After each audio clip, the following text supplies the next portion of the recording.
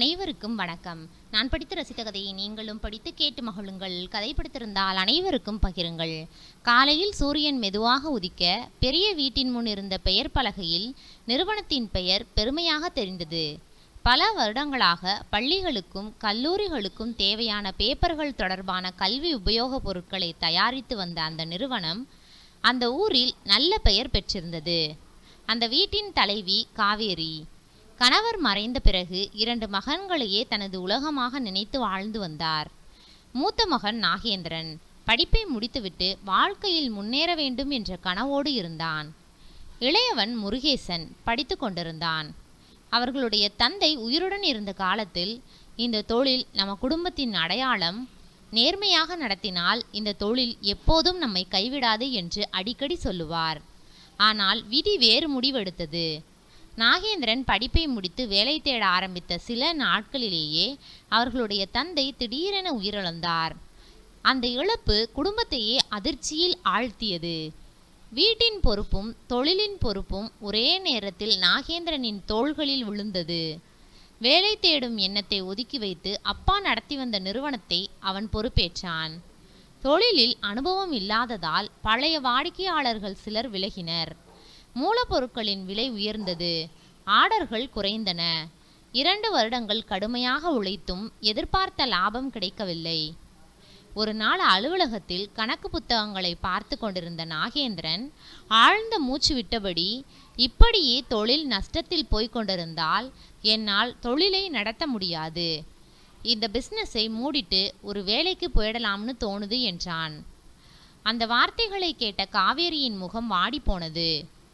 உங்க அப்பா உயிரை கொடுத்து வளர்த்த தொழில் இது, இப்படியே விட்டுட்டு போயிட போறியா என்று கவலையுடன் கேட்டார். அந்த நேரத்தில் கல்லூரி படிப்பை முடித்திருந்த முருகேசன் பேச ஆரம்பித்தான். அண்ணா, ஒரு தடவை நான் முயற்சி பண்ணட்டுமா? பிஸ்னஸை விடுறதுக்கு முன்னாடி அதை எப்படி லாபத்துக்கு கொண்டு வரலாம் என்று நாம சேர்ந்து யோசிப்போம் என்று சொன்னான். நாகேந்திரன் தம்பியை பார்த்தான். உனக்கு இந்த தொழில் பற்றி தெரியுமா? தெரியாது. ஆனால் அப்பா கூட கம்பெனிக்கு வரும்போது நிறைய விஷயங்கள் கேள்விப்பட்டிருக்கிறேன். கத்துக்கலாம். பழைய மாதிரி மட்டும் செய்யாமல் புதிய வழிகளை முயற்சி பண்ணலாம். நம் அப்பா கட்டி எழுப்பிய சாம்ராஜ்யம், இதை அவ்வளவு சீக்கிரம் கைவிடக்கூடாது என்றான். முருகேசனின் தன்னம்பிக்கையான வார்த்தைகள் காவேரியின் மனதில் மீண்டும் நம்பிக்கையை விதைத்தன. நாகேந்திரனும் சிறிது நேரம் யோசித்துவிட்டு, சரி, இன்னும் 3 மாதம் முயற்சி செய்து பார்க்கலாம். இந்த தடவை நாம் 2 பேரும் சேர்ந்து இந்த பிஸ்னஸை நடத்துவோம் என்றான். அந்த முடிவே அவர்களுடைய வாழ்க்கையில் மிகப்பெரிய திருப்பமாக மாறியது. 3 மாதத்தில் பழையபடி பிஸ்னஸ் நல்ல லாபத்தில் நடக்க ஆரம்பித்தது. அடுத்தது நாகேந்திரனுக்கு வயது ஏறிக்கொண்டே போனதால் இனி கல்யாணத்தை பற்றி யோசிக்க வேண்டும் என்று காவேரி முடிவு செய்தார். அதன்படி ஒரு திருமண புரோக்கரை அழைத்து நல்ல குடும்பத்தை சேர்ந்த பெண்களின் ஜாதகங்களையும் புகைப்படங்களையும் வாங்கி பார்த்தார். பல பெண்களின் புகைப்படங்களை பார்த்த நாகேந்திரனுக்கு அவற்றில் ஒரு பெண்ணை மிகவும் பிடித்திருந்தது. அம்மா, இந்த பெண் எனக்கு பிடித்திருக்கிறது, குணமும் படிப்பும் நமக்கு பொருத்தமா இருக்கும்னு தோணுது என்றான். காவேரியும் மகிழ்ச்சியுடன், சரி, புரோக்கர் மூலமா பேசி பார்க்கலாம் என்றார். மறுநாளே புரோக்கர் பெண் வீட்டிற்கு சென்று நாகேந்திரனின் குடும்பத்தை பற்றியும் தொழிலை பற்றியும் விரிவாக சொன்னார். அனைத்தையும் கேட்ட பெண்ணின் தந்தை சிறிது நேரம் அமைதியாக இருந்துவிட்டு, அவர்களுடைய 2 மகன்களும் ஒரே பிஸ்னஸ் பண்றாங்களாமே? ஆமாங்க, 2 பேரும் சேர்ந்து குடும்ப தொழிலை கவனிக்கிறாங்க என்றார் புரோக்கர். அதை கேட்டதும் பெண்ணின் தந்தை தயக்கத்துடன், மன்னிச்சுக்கோங்க, இப்போ எல்லாம் அண்ணன் தம்பி ஒரே தொழில் பண்ணுற குடும்பத்தில் பின்னாடி சொத்து பிரச்சனை, தொழில் பிரச்சனை, குடும்ப பிரச்சனை வர்றதை நிறைய பார்க்கிறோம். எங்கள் பொண்ணோட வாழ்க்கையில் அந்த மாதிரி ரிஸ்க் எடுக்க நாங்கள் விரும்பலை. இந்த சம்பந்தம் வேண்டாம் என்று மரியாதையாக மறுத்துவிட்டார். புரோக்கர் அந்த செய்தியை வந்து சொன்னதும் நாகேந்திரன் அமைதியாக தலையசைத்தான். பரவாயில்லை, வேற இடம் பார்ப்போம் என்று வெளியில் சாதாரணமாக சொன்னாலும் உள்ளுக்குள் அவன் மிகவும் வருந்தினான். அடுத்த சில வாரங்களிலும் புரோக்கர் வேறு வேறு குடும்பங்களை சந்தித்தார். ஆனால் ஒவ்வொரு வீட்டிலும் ஏறக்குறைய ஒரே பதில்தான் கிடைத்தது. 2 பேரும் ஒரே பிஸ்னஸா? இப்போ நல்லா தான் இருப்பாங்க. நாளைக்கு கருத்து வேறுபாடு வந்தா, தொழில் பிரிஞ்சா, சொத்து பிரச்சனை வந்தா என்ன பண்ணுறது? எங்கள் பொண்ணு கஷ்டப்படக்கூடாது. அதனால் இந்த சம்பந்தம் சரிப்பட்டு வராது. இப்படியே ஒருவர் பின் ஒருவராக மறுத்து கொண்டே இருந்தனர்.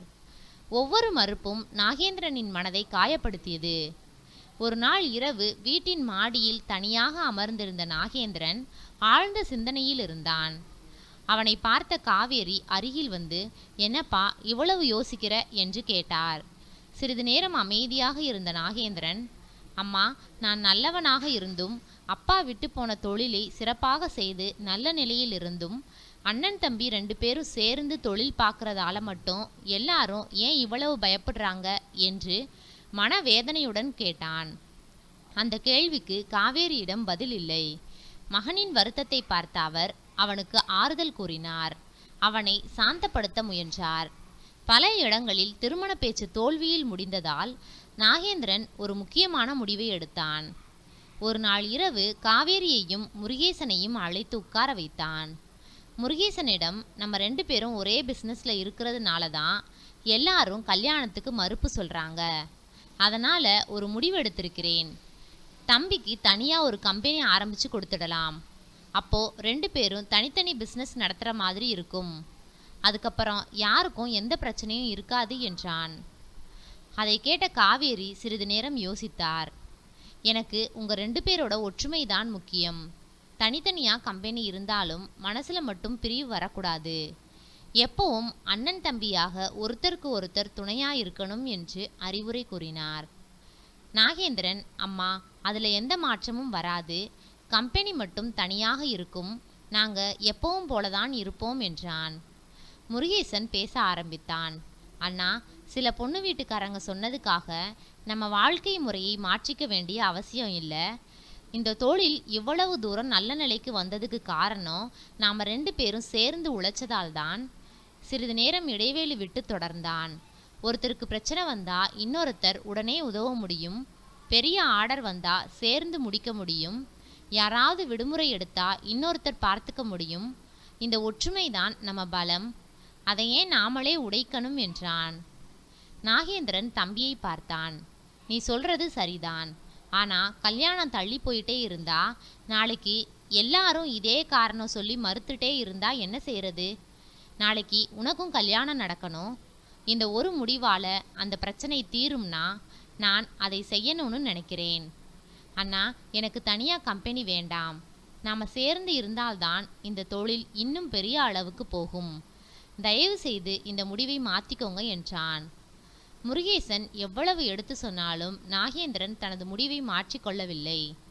இதுதான் சரியான வழி என்று உறுதியாக கூறிவிட்டு மறுநாளே முருகேசன் பெயரில் தனியாக ஒரு நிறுவனம் தொடங்குவதற்கான வேலைகளை ஆரம்பித்தான். அண்ணனின் பிடிவாதத்தை பார்த்த முருகேசன் மேலும் எதுவும் பேசாமல் அமைதியாக இருந்தான். தம்பிக்காக தனியாக நிறுவனம் தொடங்குவதற்கான ஏற்பாடுகள் வேகமாக நடந்து கொண்டிருந்தன. அந்த நேரத்தில் நிறுவனத்தில் 20 ஆண்டுகளுக்கும் மேலாக வேலை பார்த்து வந்த மூத்த ஊழியர் ராமசாமி நாகேந்திரனை தனியாக அழைத்து பேசினார். தம்பி, ஒரு விஷயம் கேட்கலாமா? சொல்லுங்க ஐயா. இன்னொரு கம்பெனி முருகேசன் பேரில் தனியாக ஆரம்பிக்க போறீங்களாமே என்று கேட்டார். ஆமாம். ராமசாமி சில நொடிகள் அமைதியாக இருந்துவிட்டு, எனக்கு ஒரு விஷயம் புரியல. இந்த கம்பெனி முழுக்க முழுக்க உங்கள் அப்பா உழைச்சி உருவாக்குனது. சட்டப்படி பார்த்தாலும் குடும்பப்படி பார்த்தாலும் நீங்கள் தான் அவரோட வாரிசு. அப்படி இருக்கும்போது எதுக்காக இன்னொரு கம்பெனியை ஆரம்பித்து கொடுக்கணும் என்றார். நாகேந்திரன் குழப்பத்துடன் பார்த்தான். என்ன சொல்றீங்க ஐயா? ராமசாமி மெதுவாக, உங்களுக்கு இந்த உண்மை தெரியாதா என்றார். எந்த உண்மை? முருகேசன் உங்க அப்பா அம்மா தத்தெடுத்து வளர்த்த பையன். அவர் உங்க அப்பாவுக்கு பிறந்த பிள்ளை கிடையாது என்றார். அந்த வார்த்தைகள் நாகேந்திரனின் காதில் இடியாய் விழுந்தன. ஐயா, என்ன பேசுறீங்க என்று சத்தமாக கேட்டான். நான் பொய் சொல்ல மாட்டேன் தம்பி. இந்த விஷயம் உங்க அப்பாவுக்கும் அம்மாவுக்கும் எனக்கும் மட்டும்தான் தெரியும். அந்த குழந்தையை சிறு வயதில் தத்தெடுத்து வளர்த்தாங்க. உங்க அப்பா 2 பிள்ளைகளையும் ஒரே மாதிரி வளர்க்கணும் என்று சொல்லி இந்த விஷயத்தை யாரிடமும் சொல்லக்கூடாதுன்னு என்னிடம் சத்தியம் வாங்கினார். நாகேந்திரன் அதிர்ச்சியுடன் எதுவும் பேச முடியாமல் நின்றான். அன்றைய மாலை வீட்டிற்கு வந்த நாகேந்திரனின் முகத்தில் கடும் கோபம் தெரிந்தது. காவேரியும் முருகேசனும் ஏதோ தவறு நடந்திருக்கிறது என்பதை உணர்ந்தனர். அண்ணா, என்னாச்சு என்று முருகேசன் கேட்டான். நாகேந்திரன் கோபமாக, இனிமேல் உனக்காக தனியா கம்பெனி எதுவும் ஆரம்பிக்க போறதில்லை என்றான். முருகேசன் குழப்பத்துடன், ஏன் அண்ணா என்றான். இந்த கம்பெனியிலும் உனக்கு இனிமேல் எந்த பங்கும் கிடையாது. அப்பா சேர்த்து வைத்த சொத்துலையும் உனக்கு 1 ரூபாய் கூட கிடையாது என்றான். அந்த வார்த்தைகளை கேட்ட காவேரி அதிர்ச்சி அடைந்தார். நாகேந்திரா, என்ன பேசுற என்று கத்தினார். ஆனால் அவன் அமைதியாகவில்லை. முருகேசன் நடுங்கிய குரலில், அண்ணா, திடீர்னு ஏன் இப்படி சொல்றீங்க என்றான். நாகேந்திரன் ஆத்திரத்தில், ஏன்னா நீ இந்த வீட்டோட வாரிசே கிடையாது. நீ எங்க அப்பாவுக்கு பிறந்த பிள்ளை இல்லை. அதனால இந்த வீட்டு சொத்துலையும் கம்பெனிலையும் உனக்கு எந்த உரிமையும் கிடையாது. அந்த வார்த்தைகள் முருகேசனின் இதயத்தை நொறுக்கின. அவன் நம்ப முடியாமல் காவேரியை பார்த்தான். காவேரியின் கண்களில் கண்ணீர் வழிந்தது. அவர் அமைதியாக தலைகுனிந்ததை பார்த்ததும் நாகேந்திரன் சொன்னது உண்மை என்பதை முருகேசன் புரிந்து கொண்டான். சில நொடிகள் யாரும் பேசவில்லை. பிறகு முருகேசன் மெதுவாக கண்ணீரை துடைத்து கொண்டு, அண்ணா, இந்த உண்மை எனக்கே இன்றுதான் தெரியும். என்னை வளர்த்தது இந்த குடும்பம். அதுவே எனக்கு பெரிய சொத்து. நீங்க சொத்தை கொடுக்கலைனாலும் பரவாயில்லை, கம்பெனியில பங்கு கொடுக்கலைனாலும் பரவாயில்லை. நான் இதுவரைக்கும் இந்த வீட்டுக்காக உழைச்சது சொத்துக்காக இல்லை, உங்களை என் குடும்பம்னு நினைச்சுதான் என்று சொல்லிவிட்டு அமைதியாக அந்த இடத்தை விட்டு சென்றான். அவனுடைய ஒவ்வொரு அடியும் அந்த வீட்டின் அமைதியை சிதைத்தது.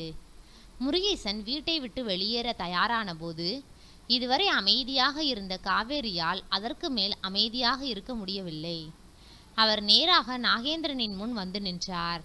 நாகேந்திரா, நீ என்ன பேசுறன்னு புரிஞ்சுதான் பேசுறியா? முருகேசன் இந்த வீட்டுக்கு தத்து பிள்ளையா வந்திருக்கலாம். ஆனா அவன் இந்த வீட்டுக்காக உழைச்ச உழைப்பை யாராலும் மறுக்க முடியாது. நாகேந்திரன் எதுவும் பேசவில்லை. காவேரி தொடர்ந்து, இந்த பிஸ்னஸ் நஷ்டத்தில் இருந்தப்போ அதை லாபத்துக்கு கொண்டு வந்தது அவன்தான். அப்பா கட்டிய தொழிலை காப்பாத்தினதும் அவன்தான். அவனுக்குரிய பங்கை அவனுக்கு கொடுத்தே ஆகணும் என்றார். நாகேந்திரன் உறுதியாக, முடியாதம்மா, இந்த சொத்துல அவனுக்கு எந்த உரிமையும் இல்லை என்றான். உரிமை இல்லையா? உன் அப்பா அவனை உன் தம்பியாக வளர்த்தார். முறைப்படி அவனை நாங்கள் தத்தெடுத்தோம். நீங்களும் இதுவரைக்கும் அண்ணன் தம்பியாகத்தான் வளர்ந்தீங்க. இப்போது ஒரு உண்மை தெரிஞ்சதுக்காக அவன் செய்த தியாகத்தையே மறந்துட்டியா என்றார். என் முடிவு இதுதான். நான் முடிவை மாற்றிக்க மாட்டேன் என்றான் நாகேந்திரன். காவேரியின் முகம் மாறியது. அப்படின்னா எனக்கும் இந்த வீட்டில் இருக்க விருப்பமில்லை. நாகேந்திரன் அதிர்ச்சியுடன் பார்த்தான். எனக்கு சொத்து முக்கியமில்லை, நியாயம்தான் முக்கியம். நீ தம்பிக்கு செய்கிறது அநியாயம். அதனால தான் முருகேசன் கூடவே போறேன் என்று கூறிவிட்டு முருகேசனின் கையை பிடித்து கொண்டு வீட்டை விட்டு வெளியேறினார். வாசல் வரை சென்ற இருவரையும் பார்த்த நாகேந்திரன், போகணும்னா போங்க என்று அலட்சியமாக சொல்லிவிட்டு உள்ளே சென்றான். அடுத்த சில நாட்களில் நாகேந்திரன் தனியாக நிறுவனத்தை நடத்த ஆரம்பித்தான். ஆனால் அப்போதுதான் ஒரு உண்மை அவனுக்கு புரிந்தது. வாடிக்கையாளர்களிடம் பேசுவது முருகேசன், மூலப்பொருட்கள் வாங்குவது முருகேசன், வங்கி கணக்கு பரிவர்த்தனைகள், சப்ளையர்களுக்கு பணம் அனுப்புவது, புதிய ஆர்டர்கள், தொழிலாளர்களின் சம்பளம், கணக்கு பராமரிப்பு, ஒவ்வொரு வேலையிலும் முருகேசனின் பங்கு இருந்தது. ஒரு முக்கிய ஆர்டர் தாமதமானது. சப்ளையர் ஒருவர் பொருட்களை அனுப்ப மறுத்தார். வங்கியில் சில ஆவணங்களில் 2 பேரின் கையெழுத்தும் தேவைப்பட்டது. வரவு செலவு கணக்குகள் சரியாக முடியாமல் நிறுவனம் மீண்டும் சிக்கலில் சிக்கியது. அப்போதுதான் இந்த தொழில் என்னால் மட்டும் வளரல, நான் தம்பி 2 பேரும் சேர்ந்துதான் வளர்த்தோம் என்ற உண்மை நாகேந்திரனின் மனதில் உரைத்தது. 1 வாரம் கழித்து நாகேந்திரன் முருகேசன் தங்கியிருந்த வீட்டிற்கு சென்றான். காவேரி அவனை பார்த்ததும் எதுவும் பேசவில்லை. முருகேசன் மட்டும் வழக்கம் போல வாங்கண்ணா என்று மரியாதையுடன் உள்ளே அழைத்தான். நாகேந்திரன் கையில் இருந்த ஃபைலை மேசையில் வைத்தான். சில ஆவணங்கள்ல கையெழுத்து வேணும் என்றான். முருகேசன் ஆவணங்களை எடுத்து பார்த்தான். அவற்றில் நிறுவனத்தின் அனைத்து உரிமைகளும் முழுமையாக நாகேந்திரன் பெயருக்கு மாற்றப்படும் வகையில் தயாரிக்கப்பட்டிருந்தது. அதை பார்த்த காவேரி கோபமாக, இதுல கையெழுத்து போடாதடா, உன்னோட உழைப்பையும் உரிமையையும் நீ விட்டு கொடுக்காத என்றார். முருகேசன் அமைதியாக சிரித்தான். அம்மா, எனக்கு உரிமையை விட அண்ணன் நிம்மதியா இருந்தால் அதுவே போதும் என்றான். இல்லப்பா, இது நியாயம் இல்லை என்றார் காவேரி. நியாயம் இல்லைன்னு எனக்கும் தெரியும். ஆனா அண்ணனோட மனசுல நான் சொத்துக்காகத்தான் இருக்கிறேன்னு ஒரு சந்தேகம் கூட இருக்கக்கூடாது என்று கூறியவன் எந்த வாக்குவாதமும் செய்யாமல் ஆவணங்களின் ஒவ்வொரு பக்கத்திலும் அமைதியாக கையெழுத்திட்டான். கடைசி கையெழுத்தையும் போட்டுவிட்டு நாகேந்திரனிடம் கொடுத்தான். இனிமேல் எல்லாமே உங்களுடையது அண்ணா. நாகேந்திரன் அந்த ஆவணங்களை வாங்கி கொண்டான்.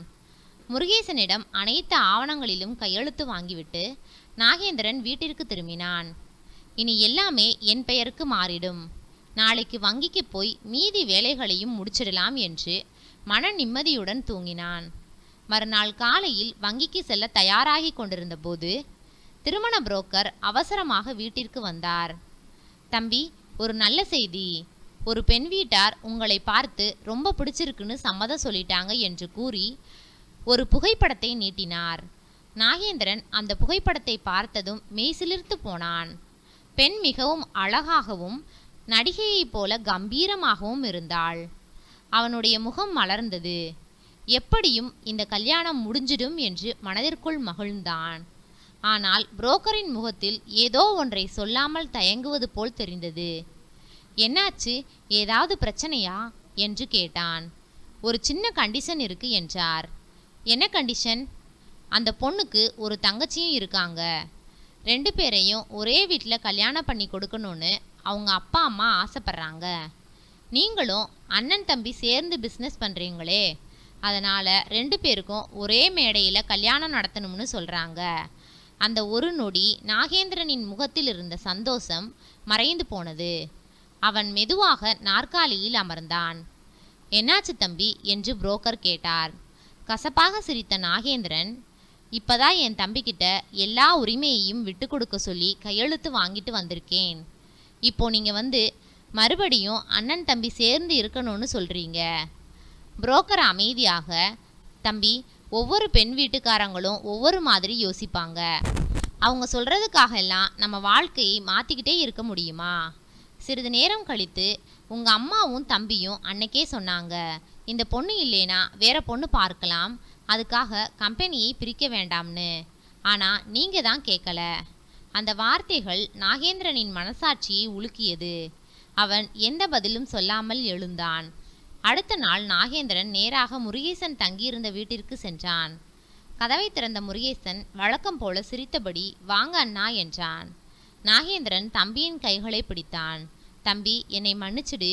இனிமேல் கம்பெனியை பிரிக்க வேண்டாம், நாம் பழைய மாதிரியே சேர்ந்து பிஸ்னஸ் பண்ணலாம்.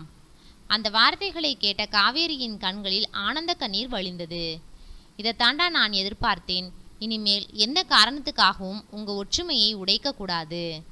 நாகேந்திரன் தலைகுனிந்து, அம்மா, எல்லாம் என்னோட தப்புதான் என்றவன் பிறகு திருமண விஷயத்தை சொன்னான். அதை கேட்ட காவேரி சிரித்தபடி, ஓ, அதனால தான் இப்போ வந்து நிற்கிறியா என்று கேட்டார். பிறகு சற்று கண்டிப்பாக, எத்தனை தடவடா உன் தம்பி உனக்காக விட்டு கொடுப்பான்? அந்த பொண்ணை அவனுக்கு பிடிக்க வேணாமா? தொழில் நஷ்டத்தில் இருந்தப்போ காப்பாத்தினதும் அவன்தான், சொத்தையே விட்டு கொடுத்ததும் அவன்தான். நீ கோவப்பட்டப்ப கூட உன்னை எதிர்த்து ஒரு வார்த்தை பேசல, எல்லாத்தையும் நீ மறந்துட்ட. நாகேந்திரன் கண்ணீர் மல்க, அம்மா, தம்பி 2 பேரும் என்னை மன்னிச்சிடுங்க. உறவுகளை விட பெரிய சொத்து எதுவும் இல்லைன்னு இப்போதான் புரியுது. முருகேசன் சிரித்தபடி அண்ணனை கட்டிப்பிடித்தான். அண்ணா, நாம் எப்போவுமே ஒரே குடும்பம். சில மாதங்களுக்கு பிறகு நாகேந்திரனுக்கும் முருகேசனுக்கும் ஒரே குடும்பத்தில் இருந்த அக்கா தங்கையுடன் ஒரே மணமேடையில் கோலாகலமாக திருமணம் நடைபெற்றது. காவேரி தனது 2 மகன்களையும் பார்த்து மனநிறைவுடன் கண்ணீர் வடித்தார். அவர்கள் மீண்டும் ஒன்றாக இணைந்து தங்களுடைய தந்தையின் தொழிலை இன்னும் பெரிய உயரத்திற்கு கொண்டு சென்றார்கள். திருமணம் முடிந்து 2 நாட்களுக்கு பிறகு காவேரி முருகேசனிடம், தம்பி, உனக்கு இந்த திருமணத்தில் விருப்பம் இருந்ததா? திருமணமே முடிந்த பிறகு மிகவும் தாமதமாக இந்த கேள்வியை கேட்கிறேன் என்றார். அம்மா, என்னுடைய தொழில் வாடிக்கையாளர் மூலம் அந்த குடும்பம் பற்றிய தகவல் தெரிந்தது. அதன் பிறகே புரோக்கரிடம் அந்த குடும்பம் பற்றிய விஷயங்களை சொல்லி நான் தான் பேசிவிட்டு வருமாறு சொன்னேன் என்றான். நல்லது தம்பி, உன் மனசுக்கு ஏற்ற மாதிரி நல்லதே உனக்கு நடக்கும் என்று சொல்லி காவேரி கண் கலங்கினார். மற்றவர்களின் கருத்துக்காக நம்முடைய உறவுகளையும் வாழ்க்கையையும் மாற்றிக்கொள்ளக்கூடாது. ஒற்றுமை, நம்பிக்கை, அன்பு இருந்தால் எந்த குடும்பமும் தோற்காது. நன்றி. கதை பிடித்திருந்தால் லைக் பண்ணுங்கள், ஷேர் பண்ணுங்கள், சப்ஸ்கிரைப் பண்ணுங்கள். உங்களுடைய கருத்துக்களை கமெண்ட் பாக்ஸில் தெரிவிக்கவும். தங்கள் ஆதரவிற்கு நன்றி.